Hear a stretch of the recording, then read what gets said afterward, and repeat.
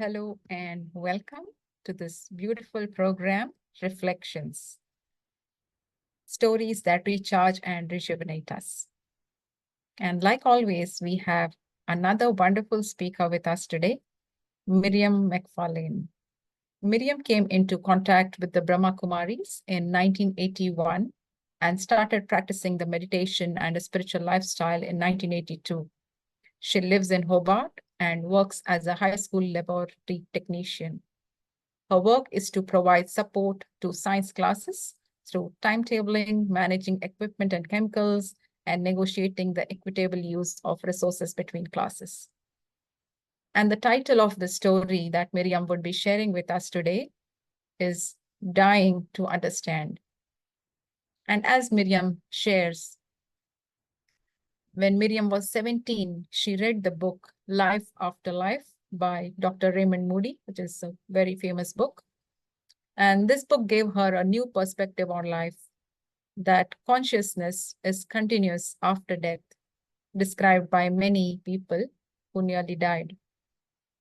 Shortly after reading the book, she began learning about the Brahma Kumaris spiritual study, including meditation, and that gave her an insight and also peace at the time of her mother's death when Miriam was just 23.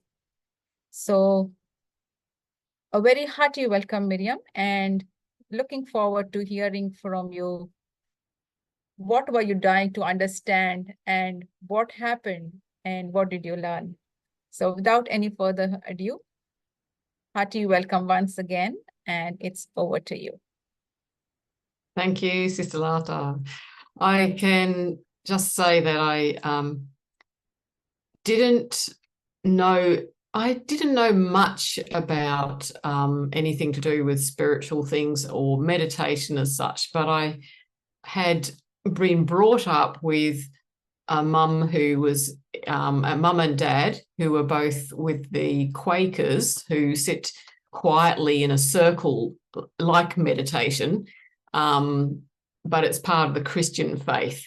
So from babyhood, I grew up in that kind of environment, that every Sunday or whenever they got to the meeting for worship, as it's called, they would sit there quietly and the children would be allowed in for 15 minutes. So we got that practice for 15 minutes of as much as we could be quiet. So growing up, I did have a little bit of that type of introduction to being silent.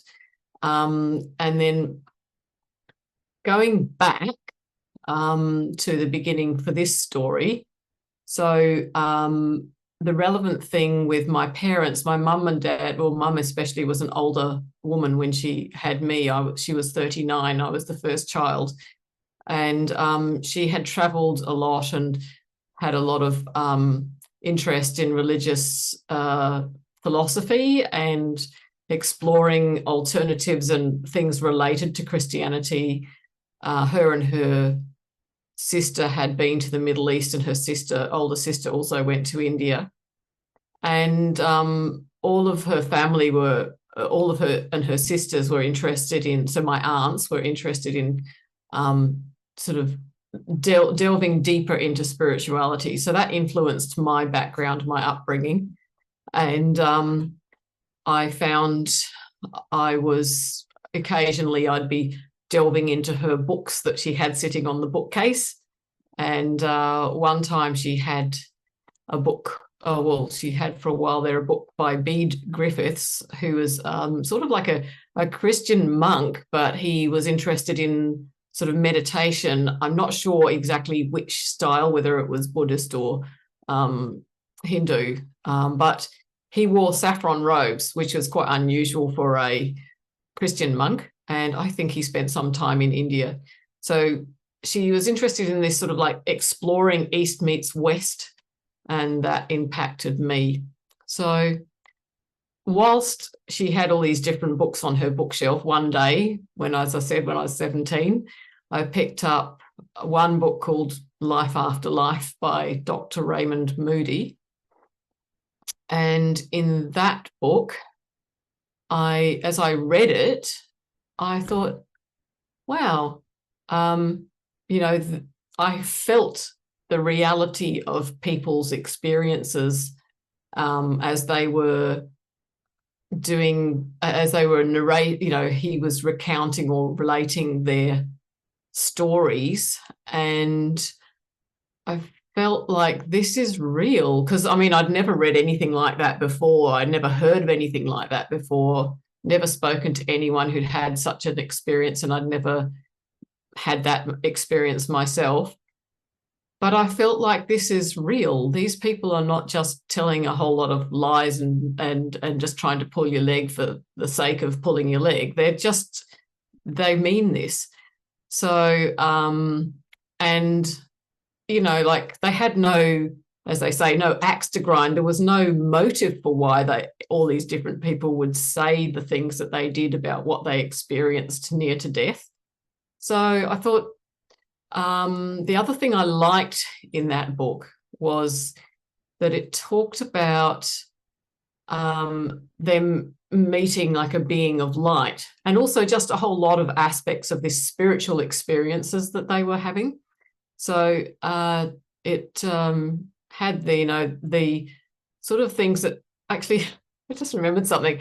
Often it's related that people meet a being of light that is very loving and like completely loving. And so everyone feels in the presence of that being in their near-death experience that they are totally, accepted and loved. And one thing that I also liked was one of the sort of cases said that this being had a sense of humor. And as you can tell, I like smiling a lot and I do giggle a bit. So I really related to that. I went, yes, God has a sense of humor. So I was like, yep, that's my kind of God. I like God like that. So if this is God, that'll do me. I'm good with that. Didn't really see like any other description of God I'd ever heard came anything close to that, and that made a lot of sense to me. So I was like, yep, that'll do. He's a being of light and he's loving. He's got a sense of humor, and he can enable you to have a life review. And in that life review, you will see and feel how you behaved with others from their point of view. So you will experience what you did and how it impacted others. So you get to know a lot about yourself at that time, and therefore that also kind of prompted my conscience that, like, you want to know at the end of your life, before you die, that you've done things that you can live with at that time that you die. So you need to know that that's okay, you're okay with that, or you've done the best that you could to try and reconcile those things. So that's sort of like that journey I've been on for a long time now since then. But yeah, so when I said dying to understand, I don't know why I picked that topic exactly, but it's just that whole thing of I wanted to sort of know and feel and understand how spirituality works and how these people, like met this being of light, what's going on, and how will that relate to me? Like when, if I die, or if, someone else dies. So that's probably the understanding I wanted, plus quite a lot later in my life. I was just pondering, like, what is it that is my greatest asset? And people often talk about assets, in the worldly sense of physical things, your house, or, some investments or whatever. But I was thinking about it, and I was thinking on the spiritual level, your intellect is your greatest asset, or my intellect is my greatest asset. So from the point of view of how I understand my life, and that's what's around me. So understanding is very important, because it's not just an intellectual understanding of it's like this or it's like that, and the measurement of things. It's not just an analysis and measurement of things, but the intellect understands from the point of view of the heart as well. So have I understood the meaning of this correctly from the point of view of how can I be constructive and positive, and how can I make this a beneficial interaction with someone? So it's not just, is it right or is it wrong, but how does that help? And is it, like always looking at things like, is it the right thing to say something now, or should I be quiet? Should I reserve my thoughts because that person, seeing the state of mind of the other person, is it useful or not, to say something?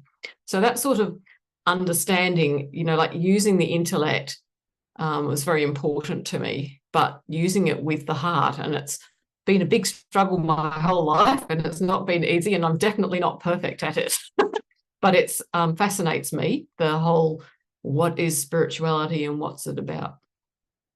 So the other things leading on from the original story. So I had read this book about Dr. Raymond Moody, about near-death experiences by Dr. Raymond Moody. And I believed that. And I also believed that God was a being of light. And I was quite happy with that. Not long after that, I also encountered the Brahma Kumaris, and I was given a little book called Meditations and Jewels of Knowledge, which I didn't quite understand when I read it. I used to dip into it and occasionally look at a few pages and read the little meditations that were written there. But I didn't fully understand what it was going on about, because it was referring to things you'd really need someone to explain, because I'd had absolutely no connection with India or anything very much Indian most of my life. So I didn't know any Indian philosophy really either. So anything to do with some of the things that happen in Hinduism, like Brahma, Vishnu and Shankar, and a whole lot of other concepts that I just didn't know that were sort of mentioned there, I didn't actually relate to.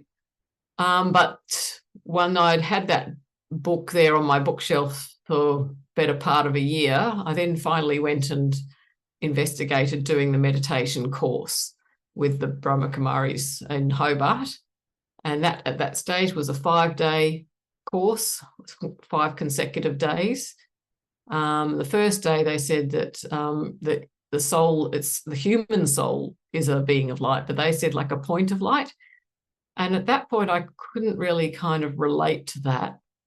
And I was like, I have to go around and think I'm a point of light in my body all this time, all the day. And I was trying to practice it the next day, and I'm thinking, oh, this is so much effort. And then the next day they told us that God is a being of light. And I went, I almost like in my mind went, yeah, that's fine. I already know that. It's like, that's good. Been there, done that. Got that one already. So I was happy with that. And then there were some other philosophical points of view about time in cycles and the tree of religions. That was fine, but I didn't get the cycle stuff. And I basically from then on started practicing what's known as soul consciousness. So I started thinking more and more about, who am I as a soul? Who are others as souls? And how does this whole world operate, full of people and animals who are souls in bodies? And what is death, and so on? And what is life? And, are we always alive? What happens when we die? Are we still there? So just not long before I actually did that meditation course, I had this, I don't know what was going on, what was the situation, but my mother and my brother were at home, and it must have been the weekend, and I'd gone to have a snooze or something in the middle of the day, which I didn't usually do. But I snoozed and I had this dream that that there was a nuclear bomb going off in the distance, like way, like way too far to actually really hurt me. But nonetheless, there it was, this mushroom cloud. And so in the dream, I was kind of conjuring up that, well, if I'm in the vicinity of a nuclear bomb, then surely I must have to either be injured or die. So I was kind of conjuring up in my dream. It was near the end of the dream, of course. So I was conjuring up that there were shrapnel coming in my direction, bits and pieces. But at the time, when I woke up, just immediately after that, I thought, all I could think of was there's a bomb going off, I might die and that I might get hurt or die. That's all in my dream. But the dream could not take me beyond that. I could not get where and what I will be beyond death. And I thought, but that's funny. I've just read this book. I read this book about near-death experiences, and I believe that this is what's going to happen to me. But in my dream, it's not embedded deeply in my psyche. It's not something I really believe. I don't really know where I'm going and what's going to happen. So then, as I said, I was practicing I came and did the meditation course, started practicing to be soul conscious. And that then also, not only that, but also to remember or have a connection with the Supreme Soul, which is what the Raja Yoga meditation is all about. So I was doing a lot of that type of effort. And in that effort, I was having various spiritual experiences, from very deep peace to some silence and stilling the mind. The peace was amazing, actually. I remember I came in very early on after doing the course. I came in the evening after they'd been having meditation in the center. And I walked in. When the person opened the front door for me to let me in, I just felt like this wash of peace, like everything in my body just relaxed. And like it was pretty impressive. And so that sort of like went, whoa, there's some experiences to be had here. And you don't need drugs, folks. You don't need to alter your state of mind with something physical. You can do it with something of your own mind. You can just think it. So I was like, yeah, this is good. This is nice.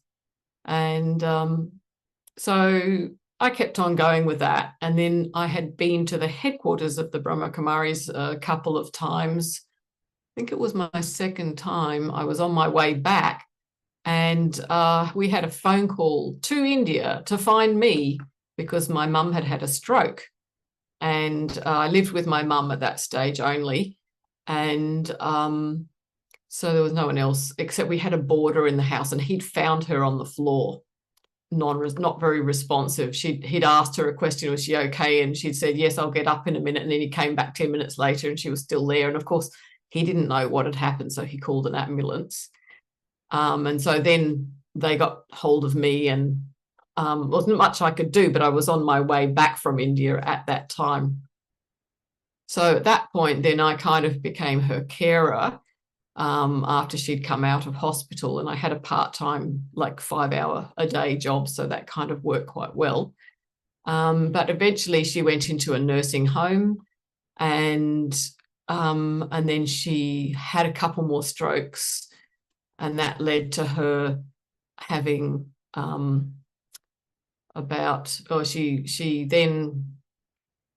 she developed, well, both two things. She had a urinary tract infection and pneumonia, and so both of these infections at once were just too much for her old body, and she passed away.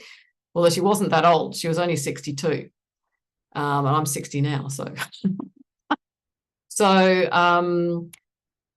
she, just before she died, I was ringing my work that day and saying, I don't think I'm going to be in. My mum's in a very bad way, etc., etc. And I was quite choked up and quite upset, because she obviously, I'd never heard someone with pneumonia before, and you can hear the crackling and sort of spongy sound in their breath and so on. So it was a bit distressing seeing her like that. However, then she passed away within, I don't know, half an hour to an hour after I phoned them.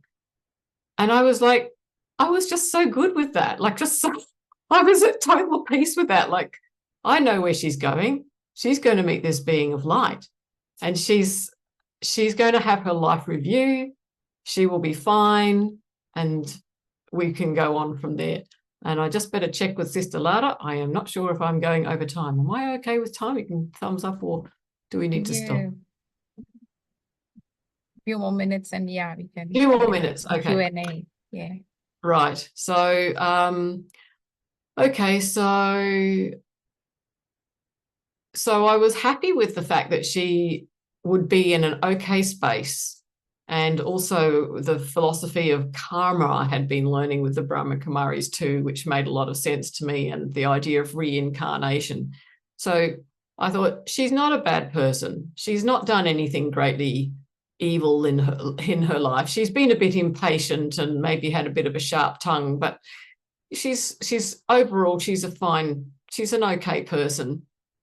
So she'll go somewhere where someone will love her in her next life and care for her as a baby. So this whole concept, like there I was only 23.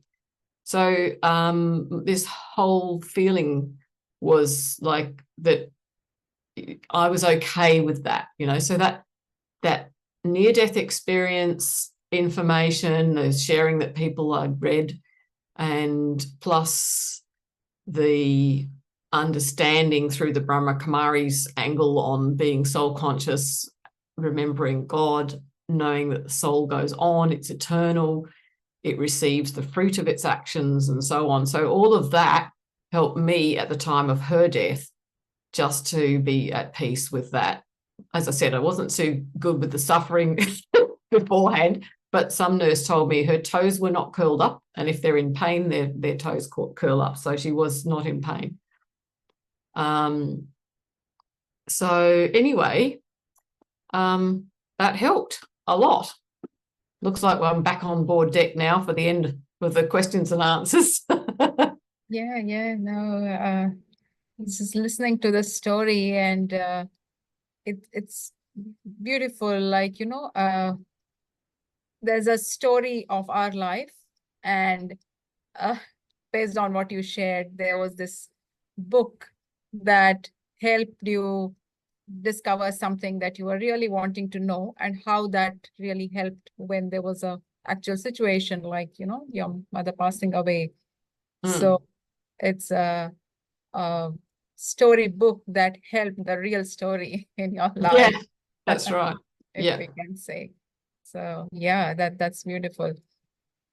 And maybe if I can ask a question,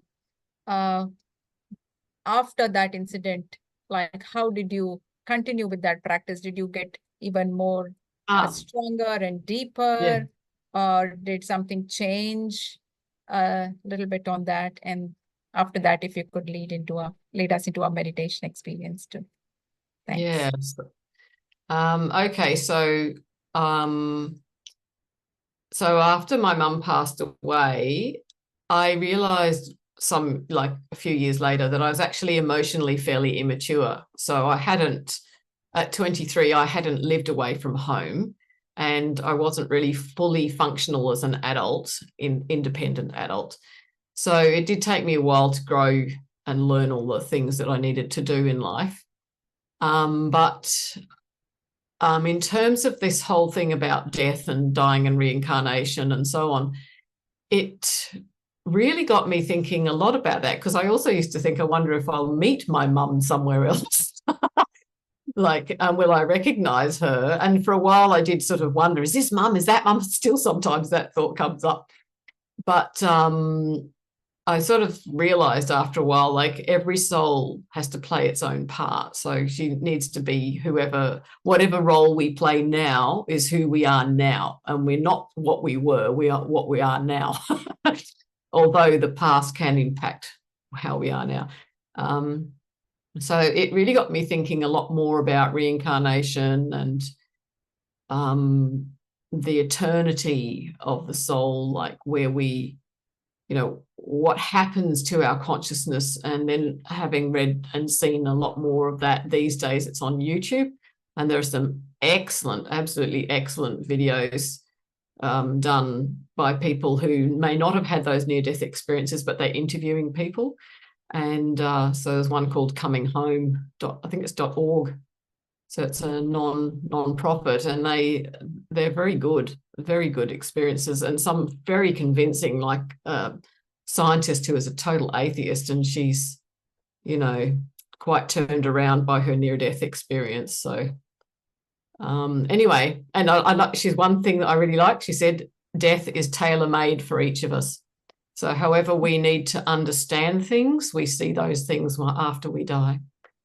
So we have like mental images and experiences, and we see things that are meaningful for us, like relatives coming to meet us and things like that, which is very, very frequently reported, even discounting near-death experiences.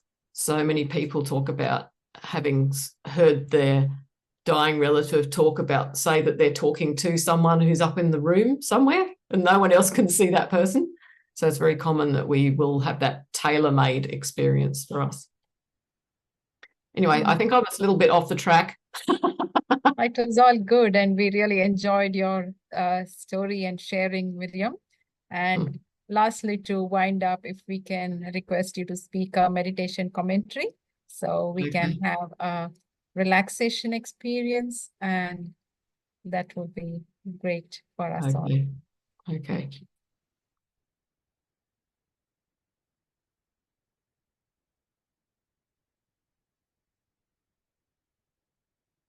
So allow yourself to remain quiet and settled in your designated space where you are relaxing and letting go.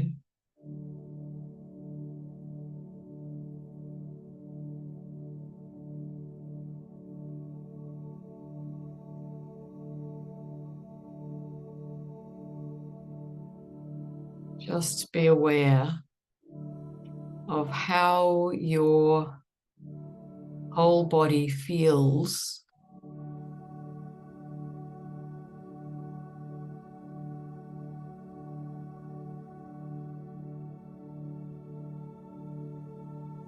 and how your mental state is.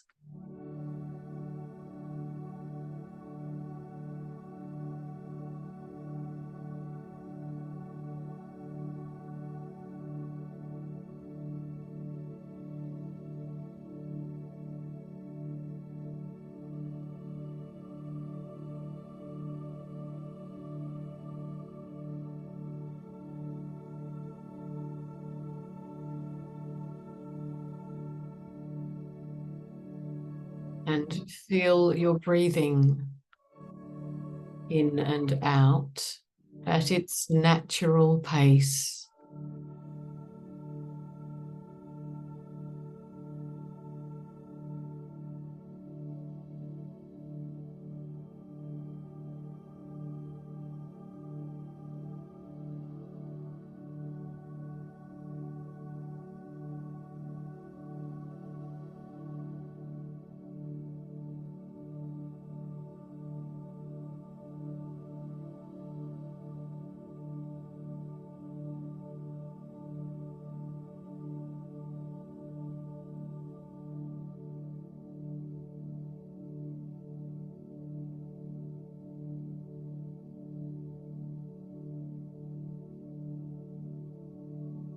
And feel that you have time just to be yourself with no strings attached, no obligations whatsoever to anyone or anything. You are free.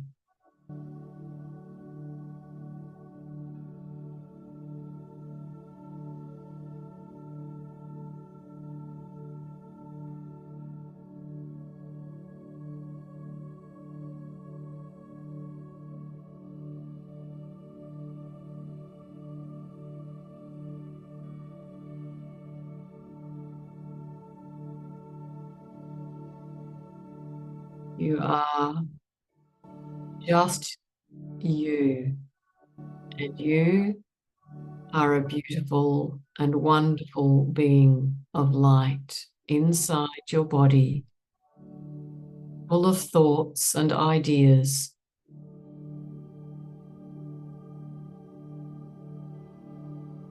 And your core essence of being is peace. Deep, deep, beautiful peace. And sweet, gentle love.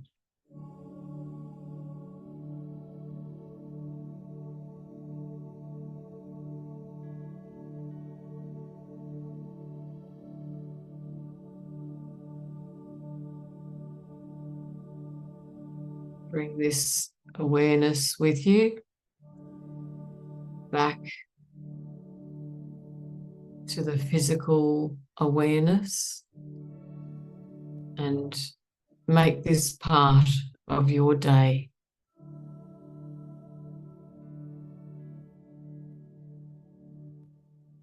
Thank you. Thank you very much, Miriam. It's been lovely today. And I would also like to thank our viewers for joining in. Hope you got an inspiring message out of it. And if there were any questions like this that you had, maybe you got a few answers too. So thank you for joining in today. And if you would like to know more about us, please do visit our website, www.brahmakumaris.org.au.